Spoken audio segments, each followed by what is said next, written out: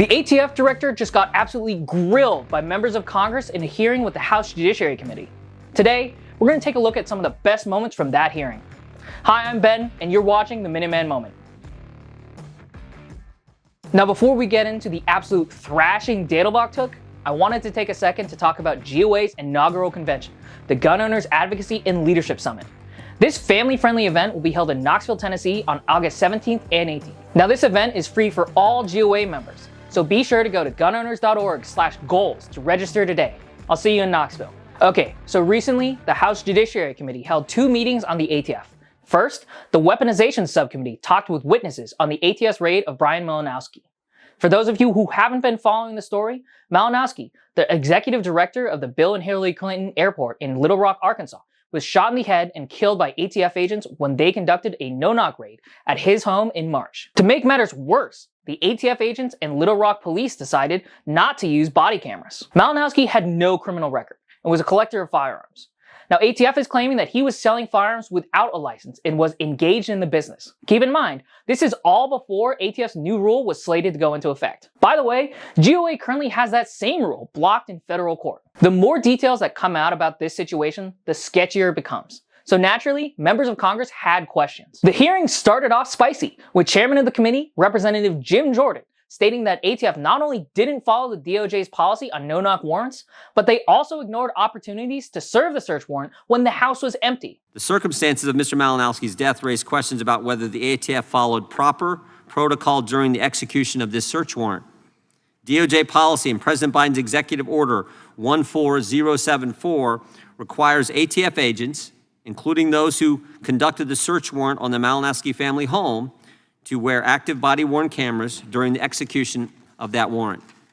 The department, however, has since confirmed to the Malinowski family that ATF agents were not wearing body cameras during the raid, a clear violation of the department policy. It's not clear if the raid was a no-knock encounter because, in part, the ATF agents disabled the Malinowski's home camera. ATF is yet to explain why it resorted to a risky pre-dawn entry of Mr. Malinowski's home when it could have peacefully executed the warrant while he was away from his residence. I think that's a huge question. But the ATF wanted Mr. Malinowski to be home when they executed the search warrant. We know ATF abandoned a previous attempt to execute the search warrant when they learned Mr. Malinowski wasn't home. They were actually primed and ready to go the week before, but didn't go because he wasn't there. Why did they need him to be in the home, as this was a search warrant and not an arrest warrant? In fact, there were numerous other less dangerous options available to the ATF. The ATF knew his pattern of life. They could have chosen to wait for Mr. Malinowski to leave for work and safely approached him after he had exited his home.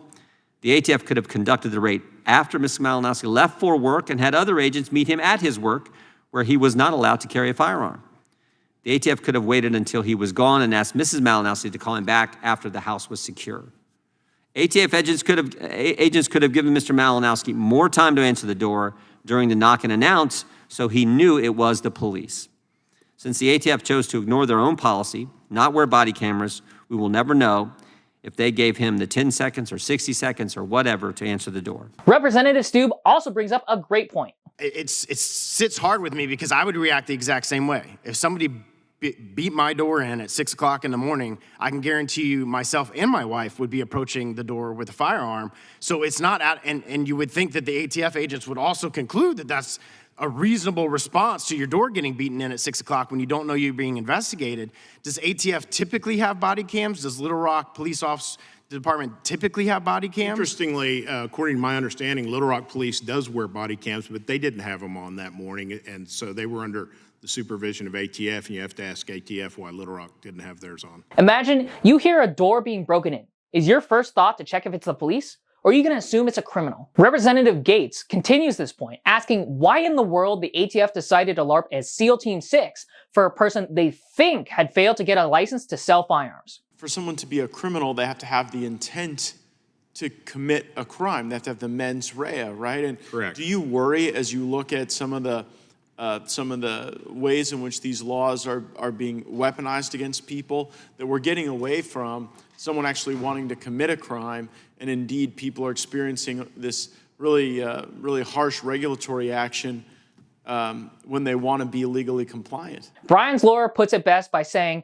it's probably the lowest level crime brought before a U.S. attorney. I would suggest that the tactics that were used in the Malinowski search would be incompetent and reckless if it was a very serious crime. It's even much more offensive because this is not a serious crime that they suspected. It's probably the lowest level crime that would ever be drug into a United States Attorney's office. And finishing it out, Representative Davidson lands a knockout punch by calling all of ATF's rules fake laws. There is no basis in terms of the crime that the Biden administration is going after. And I think that's why the public is so concerned. You're targeting people in part, I think, because of political ideology. Now, President Biden's recent executive order concerning firearms dealers was described by the White House themselves as getting, quote, as close to universal background checks as possible without additional legislation, end quote. I do not recall Congress voting on universal background checks. On the contrary, this is a bureaucrat at an agency passing pseudo-laws, fake laws, and they're using them to effectively force defendants to spend their treasure defending against a crime that hasn't even become crime in the normal way by law. Of course, anti-gunners and ATF simps couldn't help themselves but fawn over the ATF. Listen to Representative Connolly cry about Representative Jordan wanting to abolish the ATF and GOA's Abolish the ATF merch, which you can find at gunowners.org/shop, by the way. If we abolish ATF, as the chairman of this select committee, not Mr. Issa, want to do, and that is supported by an agency that gave him an A+ rating, Gun Owners of America, that actually sells merchandise calling for abolish the ATF. If we did that, it's your testimony, I don't want to put words in your mouth, that it would actually make Americans less safe and would remove the only federal agency charged with trying to protect them from firearm violence and trafficking in America. Yes, that is true. Next in the sad anti-gun list would be Representative Goldman, saying, just simply comply. And I think if he were truly not in the business of selling firearms, the way to respond to a search warrant is to allow your house to be searched and to cooperate. And to round it out, the dastardly duo of Representative Wasserman Schultz and the anti-gun Brady campaign Director of Racial Justice, Kelly Sampson, think that if you're a woman, you're too weak to own a gun and defend yourself. Ms. Sampson, how much more is an abused woman likely to die if her male abuser has a gun? The exact statistic just left my mind, but I believe it's 4 times. I think it's 5 times, 5 times actually. as likely, yes. And why is that? It's because having a firearm in that situation makes it more likely for it to escalate quickly. And contrary to some of the statements around it being an equalizer for women, even if a woman has a firearm, she can quickly be disarmed and that gun can be turned against her. Right, and yet I've heard my Republican colleagues say that the solution to this is for women to have guns too. Tell me, Ms. Sampson, does a woman having a gun in the home make her safer against an intimate partner?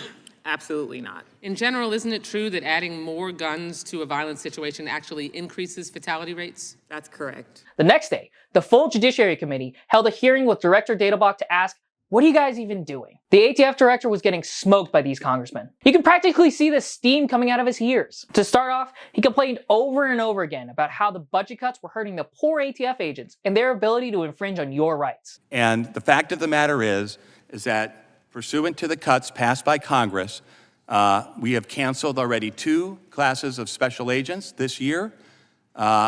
Those are each 24 agent classes.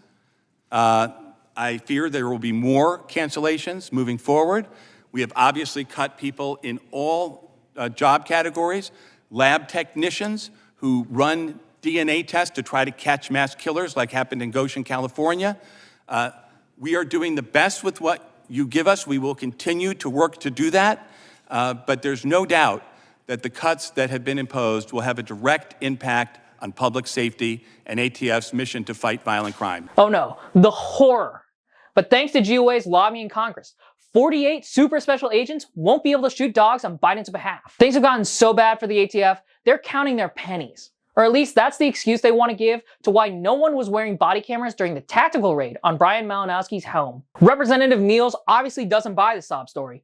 Listen to how he calls out Dettelbach's crying. Try to convince the American people you don't have the do-re-mi to put body cameras on your agents that are conducting 11,000 warrants. These are dangerous. You've got 11,000 of them out there, and you had a budget last year of $1.672 billion with a B. And you're telling me, I'm sorry, folks, I can't provide this transparency to the American people. I can't because I don't have the budget to do so. The American people, there's a problem right now with law enforcement out there. And I have the picture and the image of every law enforcement officer that's been killed in the past 3.5 years, and there's way too many. There's way too many on my wall. We agree. And so we have body-worn cameras, and why do we do that? Because there is a lack of trust between the police and the communities they serve. So when you provide these cameras, there's no he said, she said. It's all on record. And you didn't have your body cameras on that day. I'm telling you, it stinks to high heaven. I highly recommend you cooperate with this committee and you try to explain, other than this, I don't have the money to do so and I'm phasing it in. Buddy, you got to get your priorities, reshuffle your priorities and get your priorities in order. And I highly recommend you get body cameras on every one of those individuals that are searching these warrants, because it seems like there's a cover up here. But things don't end there. Next, we're going to get into some real bombshells, like how Dettelbach might have to go see Big Bad Biden after contradicting him up and down this entire time at the hearing. First off, he says that the engaged in the business rule is not universal background check rule. This flies directly in the face of what the president said previously about this rule. In the meantime, my executive order directs my Attorney General to take every lawful action possible to move us as close as we can to universal background checks without new legislation. This is not, the rule cannot and is not and does not create a universal background check. We could not do that. Only Congress could do that, and I want to be very clear here that the rule does not do that. I get what you're doing. ATF is playing too cute by half. The American people see it, we see it, and we're not going to allow you to do that. And that's not even reading the rule itself, where it says even a single transaction or even offer to engage in a transaction could be used as evidence of you being engaged in the business. Just listen to Representative Chip Roy's questions, where Dettelbach can't even give him a straight answer because he knows the rule is intentionally vague. If I want to sell a gun that I currently own to a friend in Texas, do I need a license? So getting into the specifics of the rule, which is in litigation. So first of all, this ought to be a really simple question. I understand. So you look at the totality of the circumstances. If we're talking about an isolated sale from somebody who is not engaged in the business of dealing firearms, you don't need a license. All right. So if I a citizen, this country, I live in Texas, I have a weapon and I want to sell it to a fellow Texan, on an isolated basis, do I need a license? Again, if you are not engaged in the business of selling firearms, those are Congress's words. If I post a sale for a firearm last year, okay, and I do that on some relevant website like TexasGunTrader.com, and I sell that weapon, I sell it for $500, and then I inherit a gun from my dad or from my uncle, and I inherit it last month, and it's like 6 months later, and I sell it, and I sell it for another profit. I sell it for $500. And then less than a year later, I have another weapon that I inherit or I've gotten, I decide I don't need anymore, and I sell it. Is that engaging in the business? Is that engaging in activity that means I need a license? I think pursuant to the clear language of Congress in doing this and to the things we've said in the rule, we specifically mentioned inheritance as one of the things that is not indicative of engaging in the business. What if I have just 12, what if I have 12, 15, or 20 weapons and I sell 3 over the course of a year? I'm sorry, I didn't mean to interrupt. No, I'm just saying, if I have about 50, let's assume I had 15 or 20 weapons and I wanted to sell 3 over the course of a year. I think I'd like to make money on it. My reaction to what you're saying is that you look at it's very clear that you look at the totality of the circumstances. We can go through an endless series of hypotheticals.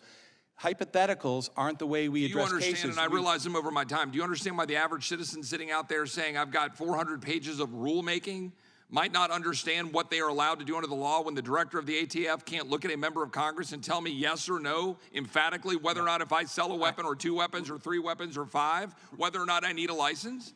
Do you think that's the way the law ought to be, or the rules? Respectfully, I believe that the rule that we have promulgated provides way more information and clarity in 400 pages? Than just the 1 or 2 sentences that Congress provided. And we were seeing And you can't massive even answer it. noncompliance. How can the average American know it? And best for last, the rule from Dettelbach's agency says there is no such thing as a gun show loophole. The only people encouraging this perception is the left side of the aisle in the media. There is no gun show loophole, and I'm glad you finally admitted that. Now I want to get to something else. I've said that publicly, and there never was. This contradicts years of anti-gun talking points. A ban on gun show loopholes. Closing the gun show loophole. The so-called gun show loophole. At closing what's known as the gun show loophole. Narrowing the so-called gun show loophole and expanding background checks.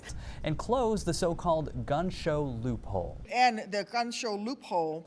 Right, we need to close the gun show loophole. We are going to end this gun show loophole. The regulation expands the definition of who must obtain a license and conduct a background check before selling firearms.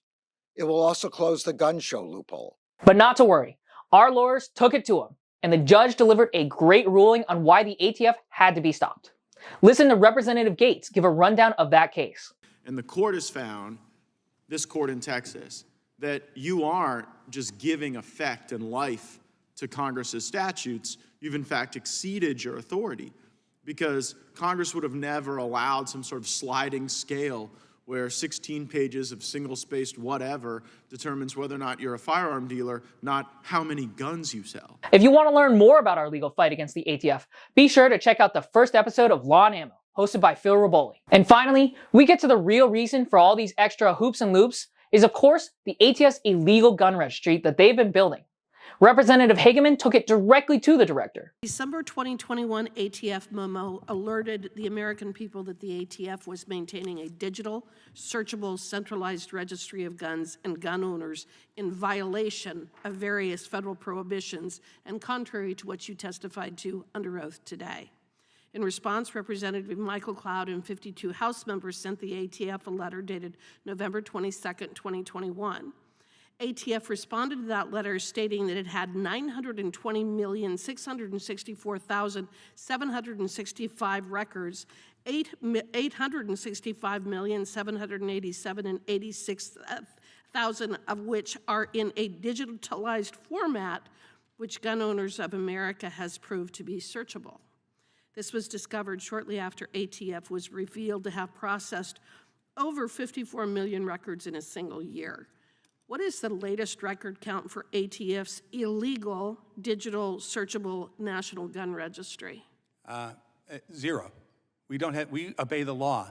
According We do not, none of our records. To your letter, you have over 865 millions of these records are in digitalized format.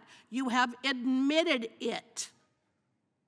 Respectfully, I think ATF is the only customer of Adobe Acrobat that pays money to remove search function. Before the Commerce, Justice, Science Subcommittee of the Appropriations Committee in April of last year, you testified that ATF pays Adobe Acrobat Extra to have certain search functionality eliminated. That's not correct. Well, is ATF's digital database of gun owner records capable of being opened by normal Adobe Acrobat and searched by name? Again, It's a yes or no question. Is it? We pay to have search function eliminated. We don't pay Adobe Acrobat, I believe. We pay somebody else. But if ATF asked, could Adobe Acrobat re-enable name search functionality on ATF's illegal gun registry? it is not an illegal registry. We do not search we do not search in the method that you're suggesting. And we cannot. And these are records that we pay a public safety cost, which Congress to balance for this decision. If ATF asked, could Adobe Acrobat re-enable name search functionality on ATF's illegal gun registry? I'm not an expert in Adobe Acrobat coding. I do know that we do not keep a gun registry. I also know that you have admitted that you have over 920 million records, over 865 million of which are in digitalized format, correct? The question, if your answer is, are they somehow scanned in so that we literally don't have to have 950 million pieces of paper That is a lot different from what you're implying with respect to having a gun registry. It is also true, Congressman, that we don't have any records of firearms purchases Let me ask for this people question. who are still in business, which is the vast majority of currently sold firearms. We have zero. You also testified before that subcommittee that ATF's digital database of gun and gun owners is not capable of being searched by personal identifier. Can ATF's gun registry be searched by make, model, and serial number, enough searchability to create a list of, say, all AR-15 owners? The answer to your question is we do not create, use, search, get around the registry. You're not answering my question. Your question had, respectfully, it was a technical question with 5 or 6 different parts. I'm trying not to erroneously, as you said, I'm under oath, I'm trying not to erroneously misstate things of technical nature. We do not keep a registry. We use these things for pending homicide investigations. It takes us a lot longer to find the name of the killer. Now, if you watched to this point in the video, you've seen all the coping and seething that the ATF Director Dettelbach has been doing. And that's thanks to GOA working with our allies to defund the ATF and fight back against the ATF rule in court. But imagine how much madder we could make him if you called your senators and congressmen at 202-224-3121 and tell them to pass the Congressional Review Acts against the ATF's engaged in the business rule. The Senate version is SJ Res 38, and the House version is HJ Res 144. Now, thanks for watching. Be sure to like, comment, and subscribe to stay up to date with GOA's latest fights for your rights.